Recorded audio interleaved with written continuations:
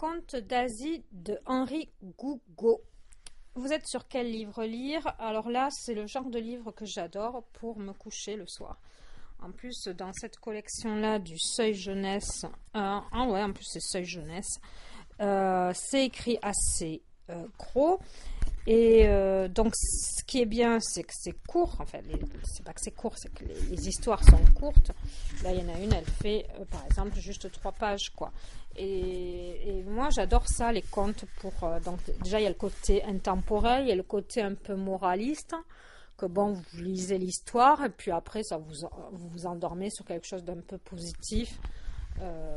Voilà, c'est pour ça que j'adore tout ce qui est contes. Alors là, on est dans les contes d'Asie.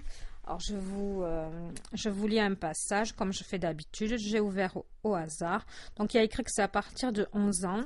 C'est peut-être quelque chose de pas mal pour offrir si vous cherchez une idée de cadeau pour un ado. Surtout que c'est difficile de trouver quelque chose qui leur corresponde. Alors, ça serait pas mal comme cadeau pour quelqu'un qui fait des arts martiaux, par exemple. Un jeune ado qui fait des arts martiaux, je lui offrirais ça. Kohan le prince et Sheng le magicien. Le prince Kohan suivit autrefois le sentier dangereux et malaisé qui conduit à travers des déserts de cailloux, des précipices insondables, des glaciers et des tempêtes de givre jusqu'au palais de l'esprit illuminé. On ne sait pas trop ce que le prince Kohan fit dans ce palais dont la façade est aussi éblouissante que le soleil, dressé sur les neiges éternelles de la plus haute montagne du monde. On sait seulement qu'il y rencontra l'immortel du pôle sud, et que cet homme vénérable lui confia un document extrêmement précieux, la liste des vivants capables, dans les siècles à venir, de conquérir l'immortalité. Ce texte sacré dans son sac, le prince Kohan s'en revint de Chine. Or, sur le chemin du retour, se reposant un jour à l'ombre d'un arbre, au bord du ravin de la Licorne, voilà qu'il rencontre un fameux magicien très savant, très rusé, nommé Sheng. Maître Sheng le salue courtoisement, s'assied à côté de lui et engage aussitôt la conversation. « Vos pouvoirs, prince Kohan, dit-il, sont indiscutables et intéressants.